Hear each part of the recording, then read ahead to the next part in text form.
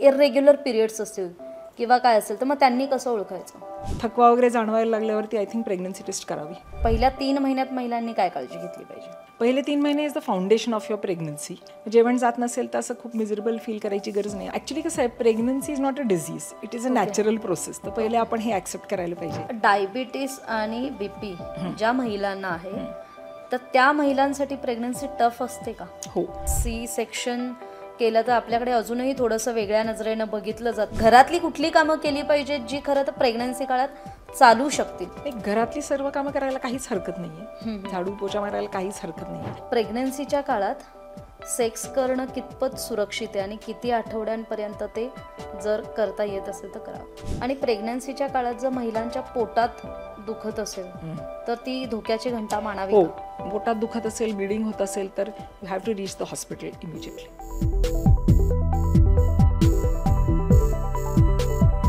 नमस्कार, health with Sakal या podcast शोमध्ये आपल्या सगळ्यांचं स्वागत. आपण खरं तर या शोमधून अनेक आरोग्यविषयक महत्त्वाच्या विषयांवर चर्चा करत असतो आणि त्यासाठी तज्ज्ञ डॉक्टरांचं मार्गदर्शन घेत असतो. आणि तसंच आजचा विषय हा अत्यंत महत्त्वाचा आहे, काहीसा संवेदनशीलसुद्धा आहे. कारण महिलांचं आयुष्य म्हटलं तर महिलांच्या आयुष्यातला एक महत्त्वाचा टप्पा असतो तो आई होण्याचा. आणि ती प्रेग्नन्सी असते ती काही महिलांसाठी खूप आनंदाची ती एक फेज असते, तर काही महिलांसाठी तितकीशी आनंददायी नसते पण वेदनादायी असते. पण मग या प्रेग्नन्सीच्या काळात महिलांना अनेक प्रश्न पडतात आणि मग त्या प्रश्नांची उत्तरं शोधण्याचा प्रयत्न खरं तर आपण आजच्या या पॉडकास्टमधून करणार आहोत. आणि त्यासाठी आपल्यासोबत आहेत doctor Rohini Gadikar madam. Doctor, आपलं खूप खूप स्वागत. आणि या डॉक्टरांची ओळख करून द्यायची झाली तर त्यांना खरं तर जवळपास 30 वर्षांचा अनुभव आहे. त्यांनी आत्तापर्यंत अनेक केसेस हँडल केलेल्या आहेत ज्या महिलांच्या आरोग्याविषयी आणि प्रेग्नन्सी संदर्भात ज्या महत्त्वाच्या मार्गदर्शनपर गोष्टी आहेत त्या डॉक्टर आज आपल्याला सांगणार आहेत. डॉक्टर, आपलं खूप खूप स्वागत. थँक्यू. डॉक्टर, पहिलाच प्रश्न, मी प्रेग्नन्सी म्हटलं, आई होणं ही जेवढी एक छान भावना आहे तसंच त्या आई होण्याचा प्रत्येक महिलेचा प्रवास वेगळा असतो. तर त्या आई होण्याच्या मार्गावर असलेल्या किंवा ज्या वुड बी मदर्स आहेत त्यांनी खरं तर सुरुवातीला प्रेग्नंट होण्यासाठी काय तयारी केली पाहिजे? म्हणजे त्यांची फिजिकल, मेंटल, त्यांची कशी प्रिपेरेशन असली पाहिजे? हां, so generally a fit body will produce a fit child. तर मेंटल, फिजिकल फिटनेस ॲज वेल एज म्हणजे आहार, व्यायाम, लाईफस्टाईल, वेळेवर झोपणे, मेडिसिन्स, म्हणजे त्याच्यामध्ये आले फोलिक ॲसिड अँड B12ची सप्लिमेंट, ते 1 महिना आधी चालू करायला पाहिजे. Age should be also good. म्हणजे जनरली आफ्टर 33 और 35 थोडेसे जास्त प्रॉब्लेम्स येऊ शकतात. तर थोडा आधीच विचार करावा इफ पॉसिबल. आणि स्मोकिंग, अल्कोहोल हे कमी करावं, स्मोकिंग बंदच करावं. ह्याच्यात आहारामध्ये आपण समतोल आहार पाहिजे, बॅलन्स डाएट पाहिजे, त्याच्यामध्ये प्रोटीन पाहिजे, फळं सगळी घेतली पाहिजे, वेळेवर झोपायला पाहिजे, भरपूर पाणी प्यायला पाहिजे, 2.5 लिटर पाणी रोज प्यायला पाहिजे, म्हणजे युरिन इन्फेक्शन नको. तर ही महिलांनी प्रेग्नन्सी आधी खरं तर काळजी घेतली पाहिजे. पण हे जे प्रेग्नंट आपण होतो, म्हणजे एखादी महिला प्रेग्नंट आहे हे कसं ओळखायचं तिने? कारण अनेकदा आपण फक्त पिरियड्स मिस झाले मग आपण प्रेग्नन्सी टेस्ट करतो आणि मग आपण प्रेग्नंट असल्याचं कळतं. पण जर महिलांना जनरली इरेग्युलर पिरियड्स असतील किंवा काय असेल तर मग त्यांनी कसं ओळखायचं? इरेग्युलर पिरियड्समध्ये सुद्धा प्रेग्नन्सी सिम्पटम्स थोडेसे यायला लागतात, थोडंसं गरगरायला लागतं, थकवा जाणवतो. आणि प्रेग्नन्सी टेस्ट तर आजकाल म्हणजे इट इज इन्स्टंटली पॉझिटिव्ह, म्हणजे हायली सेन्सिटिव्ह असतं. तर within 2-3 days of missing the period कळतंच. 20% मुलींना काहीच कळत नाही, म्हणजे इनस्पाईट ऑफ म्हणजे इरेग्युलर पिरियड्स असल्यामुळे पिरियड मिस झाल्याचं पण कळत नाही. तरीसुद्धा हे थकवा वगैरे जाणवायला लागल्यावरती आय थिंक प्रेग्नन्सी टेस्ट करावी. आपण प्रेग्नंट आहोत असं जेव्हा आपण म्हणतो तेव्हा पुरुषांची मानसिक आरोग्य स्थिती ही खरं तर त्या प्रेग्नन्सीवर परिणामकारक असते का बाईच्या प्रेग्नन्सीमध्ये? नाही, ॲक्च्युली पुरुषांची मानसिक ह्याचा काही परिणाम नाही, पण त्यांची लाईफस्टाईलसुद्धा जर चांगली असेल, म्हणजे वेळेवर जेवण, वेळेवर झोप, करेक्ट आहार, करेक्ट लाईफस्टाईल, व्यायाम, तर स्पर्म क्वालिटी चांगली असते. आणि एजसुद्धा 40 onwards the sperm quality will go down. One more thing, actually pre pregnancy काही ब्लड टेस्ट करणं आवश्यक आहे. हिमोग्रॅम, आपलं हिमोग्लोबिन चांगलं पाहिजे, B12 चांगलं पाहिजे. तर हिमोग्रॅममध्ये MCV नावाचे एक पार्ट असतं, त्याच्यामध्ये आपल्याला कळतं की आपलं B12 आणि आयर्न कसं आहे. आणि शुगरची टेस्ट केलेली बरी, HbA1c, थायरॉईडची टेस्ट केलेली बरी, TSH. काही इन्फेक्शन्स असतात, HIV, HBsAg, HCV, VDRL. Haemoglobin electrophoresis केलेलं बरं, म्हणजे मग आपल्यामध्ये हिमोग्लोबिनचं काही डिफेक्ट असेल का ते कळतं आपल्याला. आणि रुबेला IgG केलेली बरी, शिवाय युरिन रुटीन पण केलेलं बरं. रुटीनली ॲक्च्युली एखाद गायनक व्हिजिट केलेली बरी, की म्हणजे काही इन्फेक्शन्स आहेत का सर्विक्स किंवा वजायना, म्हणजे माउथ ऑफ द युट्रस किंवा वजायनाचे. प्लस एक सोनोग्राफी असलेली बरी, त्याच्यामध्ये युट्रसमध्ये सगळं व्यवस्थित आहे की नाही, म्हणजे प्री कन्सेप्शन काउन्सिलिंग जे आपण म्हणतो त्याच्यामध्ये हे सगळेच भाग येतात. HB इलेक्ट्रोफोरेसिस ही टेस्ट आवश्यक आहे पहिल्या व्हिजिट, फर्स्ट अँटीनेटल व्हिजिट किंवा मग प्री प्रेग्नन्सी काउन्सिलिंगमध्ये. HB electrophoresis will tell us की 6% लोकांना हिमोग्लोबिनपॅथीज असतात, म्हणजे हिमोग्लोबिन स्ट्रक्चरमध्ये डिफेक्ट असतो. आणि if they are carrier of a defect and if they marry a carrier of the same defect, you will have a either beta thalassaemia किंवा मग sickle sale anaemia ह्याचा जर डिफेक्ट असेल आणि तुम्ही दोन कॅरियर्सनी लग्न केलं तर 1 out of 4 children become either thalassaemic major or sickle cell disease major. But in that case, the child has lot of morbidity and lot of म्हणजे खूप केअर घ्यावी लागते. ब्लड ट्रान्सफ्युजन डिपेंडंट थॅलेसेमिया असतो, त्याच्यामध्ये महिन्याला एकदा ब्लड ट्रान्सफ्युजन्स द्यावे लागतात. The entire family is actually quite medically disturbed. तर हे आधीच आपल्याला माहिती पाहिजे. त्याप्रमाणे आपल्याला काही कोरियन विलिस बायोप्सी नावाची टेस्ट घेता येते, त्याच्यामध्ये आपल्याला कळतं की पुढचं बेबी थॅल मेजर आहे का नाही. असं नाही आहे की त्यांना नॉर्मल किड्स होणार नाही. तर 1 out of 4 will be major, 1 will be carrier and 2 will be carrier and 1 will be normal. असं क्रोमोझोम्स आपले जसे असतात त्याच्याप्रमाणे. म्हणजे हे सगळं प्रेग्नन्सी आधी महिलांनी असलेलं बरं. ओके. आणि पहिले ट्रायमेस्टर असते किंवा पहिले 3 महिने प्रेग्नन्सीचे अत्यंत महत्त्वाचे मानले जातात. आणि खरं तर तेव्हा आपल्याकडे अनेक ठिकाणी अजूनही गावांमध्ये अशी प्रथा आहे की पहिले 3 महिने सांगतच नाहीत प्रेग्नन्सीबद्दल, त्याची वाच्यता होत नाही. पहिल्या 3 महिन्यात महिलांनी काय काळजी घेतली पाहिजे? पहिले 3 महिने is the foundation of your pregnancy. Okay. तर सर्व जी एक्स्ट्रा औषधं चालू आहेत ती बंद करायची, फक्त B12 फॉलिक ॲसिड घ्यायचं आणि फ्रेश फ्रूट्स घेणं आवश्यक आहे. अननेसेसरी फिजिकल ॲक्टिव्हिटी करायची गरज नाही आहे. Walking is a good idea, jumping वगैरे नको. धक्का नाही लागला पाहिजे प्रेग्नन्सीला. प्रेग्नन्सीचा एन्करेज फार वीक असतं टिल द 100th डे. तर actually nature makes the lady very tired आणि नेचर कम्प्लिटली म्हणजे सगळं एन्थुझियाझम काढून टाकतं. लॅक ऑफ इंटरेस्ट होतो तिला सगळ्यामध्ये, ती झोप काढते सारखी. तर दॅट इज ऑल राईट. आणि it is important to drink lots of water. भरपूर पाणी पिणं आवश्यक आहे. हायड्रेशन चांगलं असलं पाहिजे. बऱ्याच मुलींना 80% मुलींना जेवण जात नाही. जेवण जात नसेल तर असं खूप मिझरेबल फील करायची गरज नाही. आपलं जेवणाचं म्हणजे प्रत्येक मीलला तुम्ही डिवाईड करू शकता, थोडं थोडं खाऊ शकता. आणि खूप चहा कॉफी फिज ड्रिंक्स असं घेऊ नये, थोडं कमी करावं. तोच प्रश्न होता की पहिल्या 3 महिन्यात महिलांनी आहार कसा घ्यावा, कारण जितकी काळजी आपण त्या महिलेच्या व्यायामात किंवा कामात घेतो किंवा तिला खूप जपतो, तेवढाच तिचा आहार कसा जपला पाहिजे. समतोल आहार जसं आपण म्हणतो तसं, म्हणजे ॲक्च्युली आपला आहार असा द फ्लॅग ऑफ इंडियासारखा दिसायला पाहिजे. 1/3 orange, 1/3 white, 1/3 green. Fresh fruits हे आवश्यक आहेत. आणि काय होतं, पहिले 3.5 महिने सगळ्यांना असं वाटतं अरे वेट गेन व्हायला पाहिजे, असं व्हायला पाहिजे, तसं काही होत नाही. पहिले 3.5 महिन्यात बऱ्याच वेळेला वेट लॉस होतो, कारण की ते लेडीज ॲक्च्युली क्वाईट मिझरेबल. शी कॅनॉट ॲक्च्युली ईट एनिथिंग. तिला खूप थकवा जाणवत असतो. तर इट्स ओके. आणि बऱ्याच मुली येतात की मला ऑफिस जमत नाही, मला हे जमत नाही, मला ते जमत नाही. आणि lots of girls are very troubled by it. So there is no need to get so troubled. थोडंसं आरामातच घ्यावं, because nature is trying to protect the baby. त्याचा एन्करेज पक्का करायचा प्रयत्न करत आहे.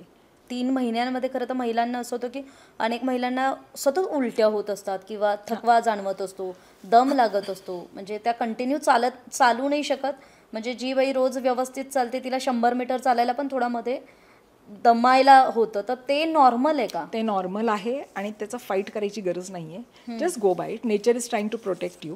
आणि 80% मुलींना उलट्या होतात, जेवण अजिबात जात नाही, सारखं मळमळ, इरिटेटिंग होतं. It's okay. तर आपण त्यांना स्मॉल म्हणजे असं माइल्ड अँटीएमेटिक एजंट्स म्हणतो, एक डॉक्सिला म्हणून, ते सगळेच गायनेकोलॉजिस्ट देतात. डॉक्सिलामिन म्हणून गोळी असते, तर ती दिवसातून 3 वेळा घेतात, 2 वेळा घेतात. स्मॉल फ्रिक्वेंट मील्स आणि मध्ये मध्ये झोप काढलेली बरी, असं म्हणजे आराम केलेला बरा. आणि खूपच जर उलट्या होत असतील तर एक युरिन कीटोन नावाची डिपस्टिकनी टेस्ट करतात हॉस्पिटलमध्ये. त्याच्यात जर पॉझिटिव्ह आलं तर याचा अर्थ तुमचं जे कार्बोहायड्रेट मेटाबॉलिझम आहे ते कमी पडते, म्हणजे कार्बोहायड्रेट इंटेक कमी पडतो, मग आपलं फॅट बर्न व्हायला लागतं. फॅट बर्न व्हायला लागलं की मग युरिनमध्ये कीटोन्स नावाचा पदार्थ येतो.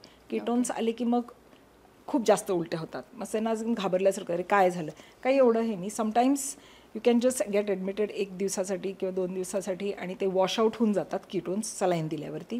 असा एखादा एपिसोड होऊ शकतो. तर 80% मुलींना हा त्रास होतो आणि तो 14.5 आठवड्याला निघून जातो, म्हणजे ऑटोमॅटिक. ॲक्च्युली आपलं जे प्रेग्नन्सी हॉर्मोन असतं बीटा-HCG, ते डेली म्हणजे दर 48 तासाला डबल होत असतं. तर ते डबलिंग ते हॉर्मोनचं ते सहन होत नाही आणि म्हणून आपल्याला असं एक्स्ट्रा उलट्या होतात मुलींना. तर ते जे हॉर्मोन आहे that stabilises at the 100th day of pregnancy. हां, तर मग त्याच्यानंतर नाही होत उलट्या. त्याच्यानंतर the second trimester is actually very pleasant. तर खूप छान, म्हणजे त्यांना एकदम खूप छान वाटायला लागतं, हे खाऊ का ते खाऊ का वगैरे असं. तर इट्स ओके, पहिले 3 महिने देर इज नथिंग असं वरीसम इन इट. आणि मग पहिल्या 3 महिन्यात ना झोप पण खूप येत असते हो, कधी कधी. ते ह्याच्यामुळेच येते ना खूप झोप. या प्रेग्नन्सी हॉर्मोन सारखा म्हणजे एव्हरी 48 तास डबल होत असतं, त्याच्यामुळे झोप येते. आणि मूड स्विंग्स पण खूप होतात प्रेग्नन्सीच्या काळात. मग त्या पहिल्या 3 महिन्यात नाही, अगदी कुठल्याही प्रेग्नन्सीच्या टप्प्यात मूड स्विंग्स होतात. मग कधी कधी अचानक आपण खूप ओव्हर इमोशनल होतो, म्हणजे आपल्याला आपल्या भावनांचं कधी कधी कळत नाही. तर ते पण नॉर्मल आहे. ॲक्च्युली कसं आहे, pregnancy is not a disease, it is a natural process. तर पहिले आपण हे ॲक्सेप्ट करायला पाहिजे. And it is a celebration of life, it is a miracle की आता एक नवीन जीवाला जन्म देतोय आपण. आणि तसं आपण बघितलं तर स्टॅटिस्टिकली 80 to 90% ऑफ गर्ल्सला काही फार मेजर होत नसतं. So just go by it, enjoy the process. I have a feeling that over the years काय झालेलं आहे, सगळ्या मुली फार विचार करतात ह्याच्यावर की आधी नंतर. Generally if you are fine तर everything is gonna work out fine. So ते विचार करून करून की माझ्या बाळाला काय होईल आणि कसं होईल आणि माझं कसं होईल, so stop thinking about it, enjoy the process and enjoy every bit of it, असं मला वाटतं. डायबिटीस आणि BP ज्या महिलांना आहे, तर त्या महिलांसाठी प्रेग्नन्सी टफ असते का? हो, डायबिटीस ज्यांना आधीच आहे, त्यांचं HbA1c 6.5च्या आत असलं तर त्या बाळाला सेंट्रल नर्वस सिस्टम आणि आपलं कार्डिओवॅस्क्युलर म्हणजे हार्ट आणि ब्रेनचे डिफेक्ट्स येत नाहीत. सो ट्राय की प्रेग्नन्सीच्या आधी शुगर कंट्रोल चांगला असलं पाहिजे. डॉक्टरला भेटा, व्यायाम करा, आहार फॉलो करा, वेळेवर झोपा. आणि BP ज्यांना असतं त्यांच्या काही गोळ्या चालू असतात, तर सम टॅबलेट्स, काही गोळ्या चालत नाहीत प्रेग्नन्सीमध्ये, तर आधीच तुम्ही इन्फॉर्म करा डॉक्टर की आता मी चान्स घेणार आहे. किंवा the moment you get pregnant लगेच डॉक्टरला इन्फॉर्म करा, they will change the tablets. So BP has to be maintain below 140-90 ज्यांना आधीच BP आहे त्यांना. पण छान क्लोज मॉनिटरिंग करून छान प्रेग्नन्सीज येतात. म्हणजे तुम्ही जर एकदम चांगला फॉलोअप घेतला, सगळ्या टेस्ट व्यवस्थित केल्या, तर the doctor will hand hold you throughout the pregnancy and the results are quite good actually. प्रेग्नन्सीमध्ये तुम्ही आत्ताच सांगितलंय तसं की महिलांनी गो विथ द फ्लो असलं पाहिजे आणि हॅपी गो लकी ॲटिट्यूड असला पाहिजे. पण ॲक्च्युली डे टू डे लाईफमध्ये ज्या वर्किंग वुमन्स असतात त्यांना कधी कधी दोन्ही गोष्टी मॅनेज करणं, म्हणजे प्रेग्नन्सी कारण तिच्या शरीरात बदल होत असतात, मेंटॅलिटी सिच्युएशननुसार बदलत असते आणि ऑफिसमधलं वातावरण बदलत असतं. मग याच्यात वर्किंग वुमन्सने प्रेग्नन्सी दरम्यान काय काळजी घेतली पाहिजे किंवा त्यांची ॲक्च्युली विचार पद्धती काय असली पाहिजे, म्हणजे मेंटली त्यांनी कशा पद्धतीनं गेलं पाहिजे त्यावेळेत? वर्किंग वुमनला सहज शक्य आहे दोन्ही पण करणं. पण आता खूप अगदी 12 तास काम असेल, 10 तास काम असेल, तर थोडं कमी करता आलं तर बघावं की 6 hours 8 hours मध्ये थोडीशी एक अर्धा तास डुलकी. आणि तुमचं जर म्हणजे sitting in one place for long hours असेल तर 1 तासाने दर 2-3 मिनिटाला उठून चालायचं. युरिन पास करायला विसरायचं नाही, दर 2 तासाला युरिन पास करायची. पाणी प्यायला विसरायचं नाही. आणि मग तुम्ही रात्रीच एक डब्बा बांधून ठेवू शकता तुमचा, थोडासा ड्रायफ्रूटचा डब्बा, फळांचा डब्बा, पाण्याची बाटली, सो दॅट मग सकाळी घाईघाईत आपल्याला जायचं असतं असं. तर मला वाटतं की वर्किंग आवर्स थोडेसे कमी करायचे. अगदी असं 10-12 तास जे आजकाल मुली एका ठिकाणी बसलेले असतात, थोडंसं 6 to 8 hours is a good idea. And then मग अर्धा तास सकाळी चालणे, अर्धा तास संध्याकाळी चालणे. असं मला असं वाटतं की सगळ्या मुलींना घरचं आणि बाहेरचं असं सगळं जमत नसतं. तर it is definitely important to work नाही केलं तर मग म्हणजे बोर पण होईल आणि वेल दॅट्स नॉट डन. तर काम करायचं, पण मग घरी आल्यावर थोडासा आराम करायचा. Don't eat any junk food, नाही तर मग आपल्याला स्ट्रेस आला म्हणून आपण खूप जंक फूड खातो, असं नका करू. Then you walk for 20 minutes, eat on time, sleep on time, असं थोडंसं ॲडजस्ट करा. असं ऑफिसचा स्ट्रेस असतो, पण ठीक आहे, टेक इट लिटल इझी, असं मला वाटतं. आताची पिढी अशी आहे ज्यांना खरं तर बाळच नको आहे, आणि एक पिढी अशी आहे ज्यांना हम दो हमारा एक असं आहे. मग ते योग्य वय काय? मग महिला असेल पुरुष असेल, यामुळे जी पिढी अशी आहे की ज्यांना तिशी आली तरी लग्न नाही करायचं आहे, पण त्यांना बाळ हवं आहे, मग त्यांना एक याची कल्पना मिळेल की आपण कुठलं वय आपलं योग्य आहे फॉर प्रेग्नन्सी. हां, actually the highest quality eggs and sperms are generally age 25 to 30. Okay. मुलींचं 33 किंवा 35 नंतर एक क्वालिटी कमी व्हायला लागते. तर हां, ठीक आहे, लग्न नाही करायचं, मुलं नाही करायचं, सगळं फाईन, पण थोडंसं मनात एक विचार आला पाहिजे की around 30 definitely it's a good idea to conceive. हां, म्हणजे ॲटलिस्ट असं. सो दॅट जे काही तुम्ही प्रोड्यूस करता ते जेनेटिकली रोबस्ट प्रोड्यूस करता, म्हणजे तुम्हालाच तुमची बाळं चांगली मिळतील. तर जेनेटिक मटेरियल तर एज रिलेटेड ते फ्रायबल होणारच असतं ना. आणि आपल्याला जर रोबस्ट ठेवायचं असेल आपलं जेनेटिक मटेरियल, मग फिटनेस इज व्हेरी इम्पॉर्टंट. मग तिथे तुम्ही you have to comply with nature. थोडंसं म्हणजे आता रात्री जागरणं खूप करतात, तर म्हणजे रात्री 11पर्यंत तरी झोपायला पाहिजे, वेळेवर खायला पाहिजे, at least 40 minutes of brisk walking every day. मला असं वाटतं की सध्या जे येत आहेत सगळ्या मुली, some of them are fitness freaks, पण मोस्ट ऑफ देम आर म्हणजे असं एका ठिकाणी बसलेले असतात 10-12 तास. सो तुमच्या शरीरात मेटाबॉलिक त्रास होतो ना, हालचाल ही पाहिजेच. ते कसं करायचं तर I think it is easily manageable. I think the सध्याचं generation is quite smart, so they should just put their things forth properly and also take help of the doctor. अगदी तुम्हाला करायचंच नसेल लग्न 30 वॉट एव्हर, रिप्रोडक्शन करायचंच नसेल till 33-35, तर there is very much egg freezing, social egg freezing म्हणतात त्याला. So there are many avenues, तर you can consult the reproductive specialist. आता आपण या प्रेग्नन्सीच्या काळात आणि प्रेग्नन्सीबद्दल बोलतोय, पण या प्रेग्नन्सी काळात खूप सोनोग्राफीज असतात, खूप टेस्ट असतात, पण त्या टप्प्यावर होणं गरजेचं असतं. तर त्या प्रत्येक टप्प्यातली सोनोग्राफी किती महत्त्वाची असते आणि त्यात म्हणजे त्या वेळेत करणं का गरजेचं असतं, त्याविषयी काय सांगा. हां, ॲक्च्युली सर्वात महत्त्वाची सोनोग्राफी ही 12व्या आठवड्यातली असते. त्याच्यामध्ये NT स्कॅन आणि नेझल बोन डिटेक्शन असतं. त्याच्यामध्ये काय होतं की आपल्याला काही आता डाऊन सिंड्रोम, एडवर्ड सिंड्रोम, पटाव सिंड्रोम, हे न्यूरल ट्यूब डिफेक्ट्स हे कळतात. बट त्याच्या आधी मला असं वाटतं की पहिली सोनोग्राफी पण आवश्यक आहे around 7 weeks to know the location of the pregnancy आणि हार्टबीट आहे की नाही. कारण की आउट ऑफ 100 गर्ल्स 10 ते 15 अबॉर्ट होतात.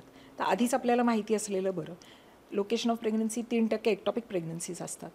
समजा तुम्हाला पेन किंवा ब्लिडिंग होत असेल तर लगेच डॉक्टरकडे जा, म्हणजे मग ते आपल्याला कळेल ना की प्रेग्नन्सीचं लोकेशन काय आहे.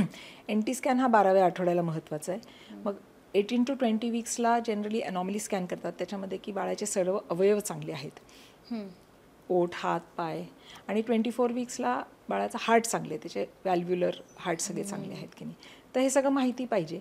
त्याच्यानंतर एक 36 weeksला किंवा 32 weeksला करतात स्कॅन की ब्लड फ्लो चांगला चालू आहे की नाही. पण ते रेग्युलर व्हिजिट्समध्ये डॉक्टरला पण अंदाज येतो की तुमचं BP चांगलं आहे की नाही, तुमच्याकडे बघून सुद्धा सांगता येतं की हिमोग्लोबिन चांगलं आहे की नाही, तुम्ही घेताय की नाही गोळ्या व्यवस्थित, ते अंदाज डॉक्टरला येतो. मग सुरुवातीला 25 दिवसाला एकदा भेटतात आणि मग त्याच्यानंतर 30 weeks नंतर 15 दिवसाला एकदा भेटतात, 36 weeks नंतर 8 दिवसाला एकदा भेटतात. म्हणजे ते क्लिनिकल एक्झामिनेशनने चांगला अंदाज येतो असं. आणि प्रेग्नन्सीमध्ये म्हणजे आधी कल्पना मुलींना दिली जाते का की नॉर्मल डिलिव्हरी, C-section डिलिव्हरी, तर यासाठी त्या प्रेग्नंट असणाऱ्या बाईची किती मानसिक तयारी असली पाहिजे की उद्या नॉर्मल डिलिव्हरीसुद्धा होऊ शकते किंवा C-sectionसुद्धा होऊ शकते, तर या टप्प्याचं त्यासाठी तिने कसं रेडी असलं पाहिजे. तिने आधीपासूनच वॉकिंग पहिले करायला पाहिजे असं मला वाटतं. 40 minutes of brisk walking 6 times a week is very important for overall health. आणि तिचे म्हणजे पेल्विक मसल्स आणि हे मला असं वाटतं सध्या काय होतं आहे की सेडेंटरी लाईफस्टाईलमुळे ना ते पेल्विक आउटलेटचे जे बोन्स आहेत तेच असे फिक्स झाल्यासारखे झाले. तर बऱ्याच मुलींचं काय होतं आहे की टुवर्ड्स दी एंड हेड जरी केफॅलिक म्हणजे जरी डोक्यानी बाळ असेल तरीसुद्धा ते फिक्सच नाही होत, म्हणजे किंवा मग एंट्रीज घेत नाही पेल्विसमध्ये. तर मला असं वाटतं की pregnancy yoga after 16 weeks is also important. 32 weeks नंतर खाली बसून स्क्वॉटिंग एक्सरसाइजेस हे सर्व नॉर्मल डिलिव्हरी प्रमोट करायसाठी आहे. आणि जे तुम्ही म्हणताय की अचानक सिझर झालं वगैरे, सिझेरियन हे आधी प्रेडिक्ट करणं is only possible when there is some placenta previa किंवा काहीतरी ॲबनॉर्मॅलिटी आहे की आपल्याला आधीच माहिती आहे की बाळाला खूपच प्रॉब्लेम येतो आहे किंवा मग ब्रीच आहे की पायाळू आहे. तर हे आधी प्रेडिक्ट तेव्हा करू शकतो, म्हणजे 32 weeks नंतर प्रेडिक्ट करू शकतो. तर त्याच्या आधी प्रेडिक्ट करणं म्हणजे unless there some major problem. तर सिझेरियन झालं तरी सुद्धा असं as long as the mother and child is fine, असं मेजर काही प्रॉब्लेम नसतो असं मला वाटतं. नाही, कारण आपल्याकडे अशी पद्धत आहे की C-section केलं तर आपल्याकडे अजूनही थोडंसं वेगळ्या नजरेनं बघितलं जातं आणि नॉर्मल डिलिव्हरीसाठी घरातले असतील म्हणजे गावाकडून पण सारखं सांगितलं जातं, नाही तिला झाडू मारायला सांग, नाही तिला घरातली कामं करायला सांग, थोडं वाकायला सांग. मग त्याविषयी काय सांगाल की घरातली कुठली कामं केली पाहिजेत जी खरं तर प्रेग्नन्सी काळात चालू शकतील, म्हणजे ती कामं महिलेनं केलीच पाहिजे म्हणजे ते तिच्या हेल्थसाठी पण चांगलं. एक घरातली सर्व कामं करायला काहीच हरकत नाही आहे, झाडू पोछा मारायला काहीच हरकत नाही आहे. काहीतरी मेजर जर तुमच्यामध्ये प्रॉब्लेम असेल तर तुमचे डॉक्टर सांगतील की बेड रेस्ट घ्या, की गर्भाशयाचं तोंडच आधी उघडलेलं आहे और समथिंग लाईक दॅट, किंवा प्लॅसेंटा खाली आहे, वार जर खाली आहे. अदरवाईज सर्व घरातली कामं करायला पाहिजे, वाकू नका वगैरे असं काही प्रॉब्लेम नाही आहे. ओके. आणि जे फिट असतात, जे सारखे म्हणजे जे आपली घरातली रेग्युलर कामं करतात, तर त्यांचं म्हणजे हेड फिक्स होतं, खाली जातं, एंगेज होतं आणि ते सहज येऊन नॉर्मल डिलिव्हरी होते त्यांची. पण या प्रेग्नन्सीमध्ये काही महिलांना तुम्ही जसं मगाशी म्हटलात की 10-15 अबॉर्शन्स होतात, तर त्या अबॉर्शन्स नंतर महिलेचं खरं तर ती परत प्रेग्नेंट होऊ शकते की नाही, किंवा मग तिच्यातच काहीतरी प्रॉब्लेम आहे असं आपल्याकडे एक समज असतो की बाईलाच ब्लेम केला जातो. मग त्याविषयी काय सांगाल? म्हणजे जर 100 मुली प्रेग्नंट झाल्या तर त्याच्यातले 10 ते 15% अबॉर्शन होण्याची शक्यता असते, कारण की त्याच्यामध्ये काय होतं, गुणसूत्रांमध्ये तो दोष असतो. म्हणजे आई आणि वडिलांच्या गुणसूत्रात दोष असतो असं नाही. ह्युमन रिप्रोडक्शनचं जे असतं ते गणित थोडंसं कॉम्प्लिकेटेड आहे. आपले क्रोमोझोम्स जे आहेत ते बरेच म्हणजे 23 chromosomes on the egg and on the sperm, त्याच्यावरती 1000 साईट्स आहेत. तर त्याच्यात मॅथमॅटिकल एरर होतं, एखादा क्रोमोझोमचा तुकडा पडतो किंवा त्याच्यातली एखादी साईट पडते. तर त्याच्यामध्ये क्रोमोझोमल एरर जे असतं ते टर्नर सिंड्रोम नावाचं असतो. त्याच्यामध्ये होणारं जे कन्सेप्टस असतं ते न्यूरोलॉजिकली डिसेबल्ड असतं आणि कधी कधी हे सुद्धा सेक्स पण डिटर्मिन्ड असतं. मग अशा केसेसमध्ये nature tries to select the better progeny, म्हणजे जे चांगले अंडे आहेत, जे चांगले कन्सेप्टस आहेत ते पुढे जातात. आणि पहिल्या 3.5 महिन्यात असे अबॉर्शन्स होतात ज्याच्यामध्ये क्रोमोझोमल डिफेक्ट आहे. तर तो ॲक्च्युली डिफेक्ट आईचा किंवा वडिलांचा नसतो. दॅट इज अन ॲक्सिडेंटल हे म्हणजे मॅथमॅटिकल एरर बाय नेचर. तर मग ते it tries to improve itself next time.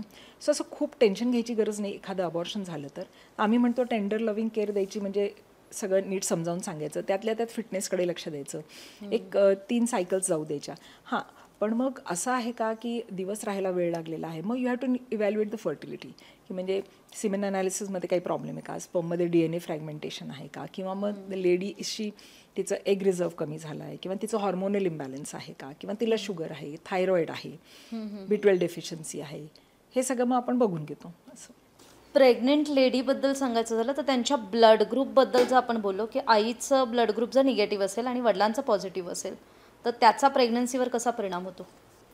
हां, जर आईचं ब्लड ग्रुप निगेटिव्ह असेल तर इनडायरेक्ट कुम्स टेस्ट नावाची एक ब्लड टेस्ट करतात. त्याच्याने आपल्याला कळतं की whether that lady has faced any positive blood group red blood cells before this. जर ती टेस्ट पॉझिटिव्ह असेल तर मग वेगळी ट्रीटमेंट असते, आणि ती निगेटिव्ह असेल तर आपल्याला अँटीडी नावाचं इंजेक्शन घ्यावं लागतं ॲट 28 वीक्स ऑफ प्रेग्नन्सी. आणि परत बाळ झाल्यावरती मोस्ट बेबीज आर पॉझिटिव्ह, कारण की positive is a commoner blood group. मग ते बेबी झाल्यावर पण अँटीडी नावाचं इंजेक्शन घ्यावं लागतं. मध्ये आधी अबॉर्शन झालं तरीसुद्धा अँटीडी नावाचं इंजेक्शन घ्यावं लागतं. समजा जर आपण हे घेतलं नाही आणि त्याला RH आयसो इम्युनायझेशन असं म्हणतात, रिसर्च ब्लड ग्रुपचं इम्युनायझेशन झालेलं, म्हणजे the lady she rejects the positive blood cells later on. मग समजा तिचं इम्युनायझेशन झालं, जरी तिने हे इंजेक्शन घेतलं नाही किंवा इनडायरेक्ट कुम्स पॉझिटिव्ह आली, तर मग पोटाच्या आतच त्या बाळाला कावीळ व्हायला लागते. त्याची ट्रीटमेंट आपल्याला द्यावी लागते. असं म्हणजे तो बाळाला कावीळ होते, तो परिणाम होतो. तो परिणाम होतो. मग तो ड्युरिंग प्रेग्नन्सीच होतो की हो हो. मग त्यावर उपाय करता आहे, उपाय भरपूर आहेत, पण ते डिटेक्ट करणं आणि मॉनिटर करणं. तर आधीच आपलं ब्लड ग्रुप क्लिअर पाहिजे जर निगेटिव्ह असेल तर. आणि B निगेटिव्ह हा सर्वात रेअर ब्लड ग्रुप आहे. समजा जर B निगेटिव्ह ब्लड ग्रुप असेल तर generally doctor should be aware की समजा डिलिव्हरीच्या वेळेस हिला लागलं ब्लड, तर मग थोडंसं अवेअरनेस की आहे की नाही ब्लड अवेलेबल असं. आणखी एक महत्त्वाचा प्रश्न की या प्रेग्नन्सीच्या काळात अशी कुठली टेस्ट आहे जी प्रत्येक महिलेनं, म्हणजे जी आदिवासी पाड्यावरची महिला असेल तिने सुद्धा केली पाहिजे, आणि जी वरच्या म्हणजे जिच्याकडे खरं तर सधन कुटुंबातली आहे ती नाही, पण ह्या टेस्ट तिच्या झाल्याच पाहिजेत, आणि त्या टेस्टविषयी सांगाल? हिमोग्लोबिन सर्वात महत्त्वाचं. आईला किंवा बाळाला दोघांनाही त्रास नाही झाला पाहिजे. या सगळ्या प्रेग्नन्सीच्या ह्याच्यात आईच्या जीवाला धोका नाही आला पाहिजे अजिबात. आणि सोनोग्राफी एक येस, वार जर खाली असेल किंवा बेबी ट्रान्सवर्सला आहे म्हणजे वेगळ्या पद्धतीने प्रेझेंट होत असेल. ॲक्च्युली सध्या अँटीनेटल केअर प्रोग्राम्स जे आहेत ते तर टेटनसचे इंजेक्शन देतात 2, म्हणजे जे तुम्ही म्हटलात की अगदी आदिवासी सेक्शनमध्ये तिथे सुद्धा हिमोग्रॅम आणि युरिन हे करतातच. म्हणजे आईच्या दिवाला धोका होईल असे टेस्ट ते झालेच पाहिजे, म्हणजे धोका नाहीच झाला पाहिजे अजिबात तिला. हां, तिला BP चेकअप झालंच पाहिजे दर महिन्याला असं. म्हणजे महत्त्वाचे काही आहेत की तिला जर ब्लिडिंग जास्त व्हायला नको, तिचं हिमोग्लोबिन चांगलं पाहिजे, तिला BPचा त्रास नाही झाला पाहिजे. त्याच्यामध्ये रेअरली काय होतं, BP जर वाढलं तर झटके येण्याची शक्यता असते आणि मग त्याच्यामध्ये तिच्या जीवाला धोका असतो, बाळाच्या पण जीवाला धोका असतो, जास्त रक्तस्राव वगैरे झाल्यामुळे. तर हे बेसिक टेस्ट ॲक्च्युली हे सगळीकडे करतातच. म्हणजे इवन खूप रुरल आउटरीच पण चांगला आहे त्याचा. वॅक्सिनेशन, ब्लड टेस्ट आणि सोनोग्राफी. की प्रेग्नन्सीच्या काळात सेक्स करणं कितपत सुरक्षित आहे आणि किती आठवड्यांपर्यंत ते जर करता येत असेल तर करावं? असं कुठे लिहिलेलं नाही आहे किंवा कुठला असं स्टडी नाही आहे की सेक्स करता येत नाही, पण द लिबिडो कमी होतो मुलींचा आणि because of all these pregnancy hormones upsurge. आणि जर प्लॅसेंटा खाली असेल, वार खाली असेल किंवा गर्भाशयाचं तोंड उघडत असेल तर मग त्या काळात नाही करायला पाहिजे, अजिबात करायला नको पाहिजे. आणि पहिल्या 3.5 महिने जनरली फ्रिक्वेन्सी कमी ठेवायला पाहिजे. ज्या महिला प्रेग्नन्सी प्लॅन करत असतील, म्हणजे लग्नानंतर तुम्ही काय सजेस्ट कराल की महिलेनं या काळात गायनेकोलॉजिस्टला कन्सल्ट केलंच पाहिजे, की त्यांचं प्रेग्नन्सी आणि त्यांना जर बाळ हवं असेल तर तो पिरियड किती असला पाहिजे? लग्नाच्या आधीच कन्सल्ट केलं पाहिजे असं मला वाटतं.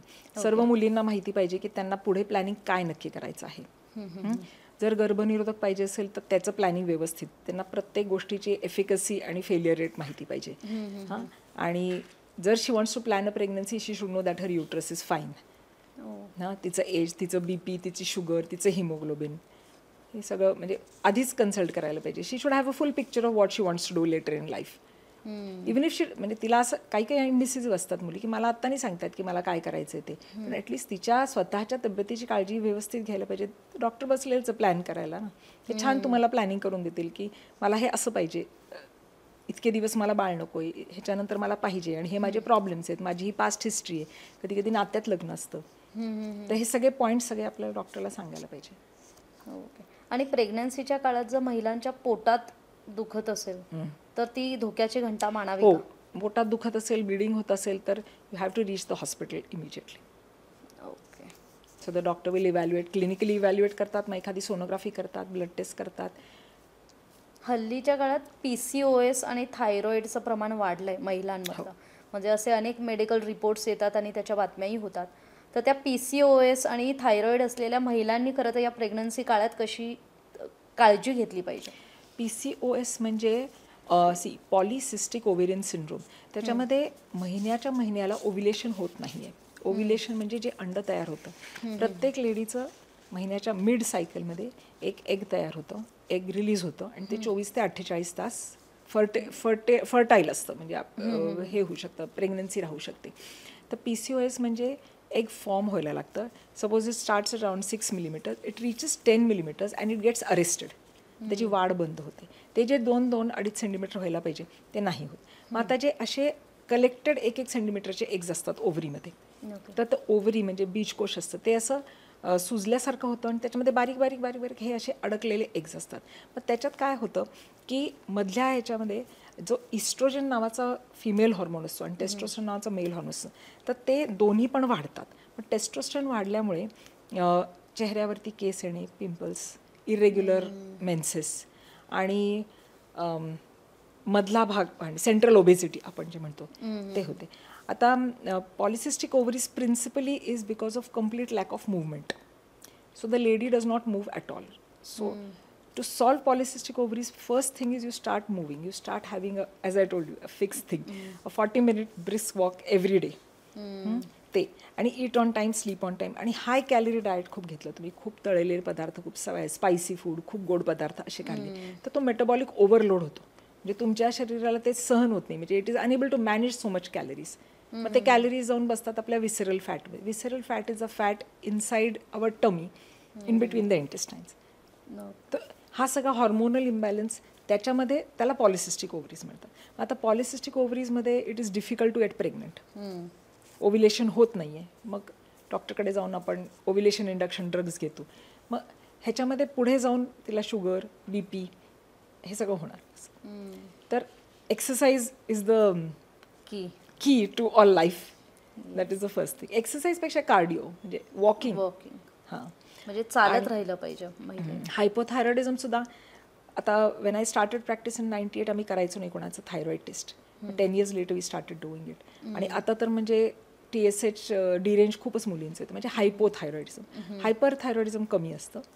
हां, हायपोथायरॉइडिझममध्ये परत तेच सेम थिंग असंच. मग BP, शुगर, बाळाची वाढ कमी होणे. आता जर PCOS असेल तर डायबिटीज होण्याची, जेस्टेशनल डायबिटीज म्हणजे शुगर इन प्रेग्नन्सी होण्याची शक्यता असते. मग in that case babies become too big. त्याच्यामध्ये कधी कधी बिफोर डिलिव्हरी आतल्या आतच ठोके जातात, स्टिल बर्थ होतात, म्हणजे असे. सो बेबीच्या जीवाला धोका येतो. प्रेग्नन्सीच्या काळात महिलांचा म्हणजे प्रत्येक ट्रायमेस्टरमध्ये, पहिल्या ट्रायमेस्टरमध्ये, सेकंड ट्रायमेस्टरमध्ये आणि थर्ड ट्रायमेस्टरमध्ये आहार हा कसा बदलत जातो किंवा बदलत गेला पाहिजे?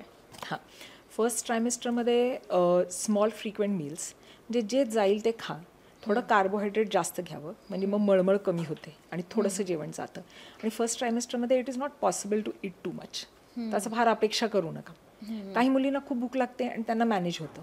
20% मुलींना तसं होतं. 80% मुलींना जमतच नाही, जेवणच जात नाही, वेट लॉस होतो असं.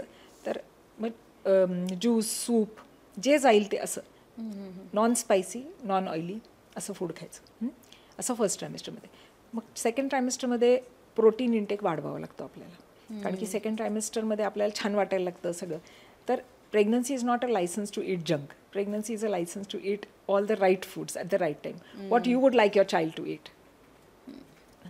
अँड थर्ड ट्रायमेस्टरमध्ये प्रोटीन इंटेक अजून वाढवावा लागतो ॲक्च्युली, कारण की बेबी जे 28 वीक्सला इज अराउंड 1 kg, ते 36, 38, 40 वीक्सला होणारे 3 kg.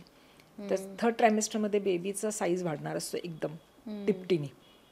तर तेव्हा तुमचा ब्लड सप्लाय पण चांगला पाहिजे, म्हणून तुमचं फिटनेस आवश्यक आहे. तर हे सर्व जे आपल्याला वाटतात आजार की BP वगैरे, हे सगळं थर्ड ट्रायमेस्टरमध्ये येतं. कारण की थर्ड ट्रायमेस्टरमध्ये तर प्लॅसेंटलचं म्हणजे वार जी असते बेबीला, जी ब्लड सप्लाय ऑर्गनचे, त्याचं सर्क्युलेशनचं म्हणजे काय म्हणतात लिमिट असते. तेव्हा एक्सपोनेन्शियली वाढतं बेबी आणि सर्क्युलेशन असं आहे. तर आहारामध्ये मग प्रोटीन्स, आता व्हेज लोकांनी भरपूर स्प्राउट्स घ्यावे, नाचणीचे पदार्थ घ्यावे, गुळ शेंगदाणा घ्यावा, नट्स सगळे, दही, पनीर, दूध, सर्व हिरव्या पालेभाज्या, फ्रूट्स. आणि नॉन व्हेजिटेरियन लोकांनी एग व्हाईट्स खावे. Yellow they can eat twice weekly. मग अजून मीठ काय तुम्ही खातात ते पण नॉन स्पायसी, नॉन ऑइली असं. मग ग्रिल्ड जे मिळतं ते चालतं? हो, म्हणजे फ्रेशली कुक्ड असावं. बाहेरचा ट्रान्स फॅट्स असलेलं परत ते फॅटचा लोड येतो ना, असं ते तुम्हाला डिस्क्रेशन तुमचं ठेवावं लागेल. म्हणजे घरी बनवलेलं फ्रेश फूड इज बेटर असं. It is not possible for every one to get it every time, but तुम्हाला तेवढं डिस्क्रेशन मॅनेज करता येतं ना. फ्रूट्स, नट्स असं. आणि प्रेग्नन्सी ही कुठल्या आठवड्यापर्यंत नॉर्मल असते? म्हणजे प्रेग्नन्सी म्हणजे बेबी डिलिव्हरीचा मी विचारते की योग्य वेळ कुठली? 37 वीक्स नंतर योग्य वेळ आहे, टिल 42 वीक्स. ओके, असं. म्हणजे ते पण काय होतं बऱ्याच वेळा ना, आफ्टर 40 वीक्स थोडीशी म्हणजे बेबीला जो अपेक्षित ब्लड सप्लाय तो तेवढा ब्लड सप्लाय मिळत नाही. मग आपल्याला क्लोज मॉनिटरिंग करावं लागतं, की सारखं मग आपल्याला फिटल डॉपलर म्हणजे सोनोग्राफी, की सगळं ठीक आहे की नाही बघायला, असं. BP, शुगर सगळं मॉनिटर करावं लागतं. खरं तर आपल्या चर्चा खूप चांगल्या रंगतायत. आता आपण या चर्चेच्या शेवटाकडे आलो आहे की प्रेग्नन्सी काळातली महिलांची सगळ्या काळजी कुठली घ्यायची, आहार कसला घ्यायचा, हे सगळं आपण सांगितलं आहे. डॉक्टर, आता फॅमिली म्हणजे ज्यांच्या घरातली बाई खरं तर प्रेग्नंट आहे, त्या फॅमिलीला तुम्ही काय संदेश द्याल? त्या कुटुंबाला काय सांगाल की त्यांनी त्यांच्या घरातल्या प्रेग्नंट बाईची काळजी कशी घ्यायची? हां, प्रेग्नंट बाईला छान खुश ठेवावं सगळ्यांनी, आणि तिच्या आहाराकडे पण लक्ष द्यावं, तिला झोपू द्यावं भरपूर, तिला त्रास देऊ नको की असंच, म्हणजे तिची परीक्षा घेऊन ये. इट इज एन एन्जॉयबल हे इव्हेंट. तर तिला सपोर्ट करावं आणि तिला वॉकला बरोबर घेऊन जावं, तिला कंपनी द्यावी, तिला छान करून खाऊ घालावं. पण करून खाऊ घालावं ह्याच्यामध्ये तळलेले पदार्थ वगैरे असे नाही, म्हणजे बॅलन्स्ड डाएट द्यावा. ओके. या खरं तर प्रेग्नन्सी काळातल्या महिलांनी काय काळजी घेतली पाहिजे आणि मग त्या फॅमिलीने ओव्हरऑल त्या महिलेकडे बघण्याचा त्यांचा दृष्टिकोन कसा असला पाहिजे याविषयी डॉक्टरांनी मार्गदर्शन केलं. डॉक्टर, आता आपण एका शेवटच्या टप्प्यात आलो आहे, जिथे आपल्या अवतीभोवती खूप नॉईज असतो, खूप गोष्टी आपल्याला सांगितल्या जातात, पण त्याबद्दल माहीत नसतं की ते चूक आहे, बरोबर आहे, खरं आहे, खोटं आहे. तर मी तुम्हाला तसे काही प्रश्न विचारेल, तुम्ही जस्ट सांगा की ते खरं आहे, खोटं आहे, काय आहे, त्याच्या मागचं सायन्स काय. पहिलं म्हणजे प्रेग्नन्सी दरम्यान पपई खाल्ली तर वाईट परिणाम होतो. रॉ पपई खात नाहीत, कम्प्लिटली राईप खायला काही प्रॉब्लेम नाही. सीड्स नाही खात. सी सेक्शन डिलिव्हरी म्हणजे आयुष्यभराचा विकनेस. नाही, अजिबात नाही. पिरियड्समध्ये व्यायाम करू नये. हे करू शकता, जर पोटात दुखत नसेल, खूप एक्सेस ब्लिडिंग होत नसेल तर करू शकतात. बाळंतपणानंतर वजन कमी होणं कठीणच असतं. नाही ॲक्च्युली. पहिल्या वेळेस सेक्स केल्यानंतर प्रेग्नंट होत नाही. नाही, होऊ शकतात, कधी पण होऊ शकतात. ओव्ह्युलेशनच्या टायमिंगवर असतं, तुमचं ओव्ह्युलेशन तेव्हा कधी होईल. पाळी चालू असताना सेक्स केल्यास प्रेग्नंट होत नाही. बहुतेक नाही. डॉक्टर, खूप खूप धन्यवाद आपले, की आपण खरं तर प्रेग्नंट काळात महिलांनी कशी आरोग्याची खबरदारी घेतली पाहिजे, त्यांचा ओव्हरऑल ॲटिट्यूड कसा असला पाहिजे याविषयी आपण मार्गदर्शन केलं, त्याबद्दल थँक्यू. Thank you so much.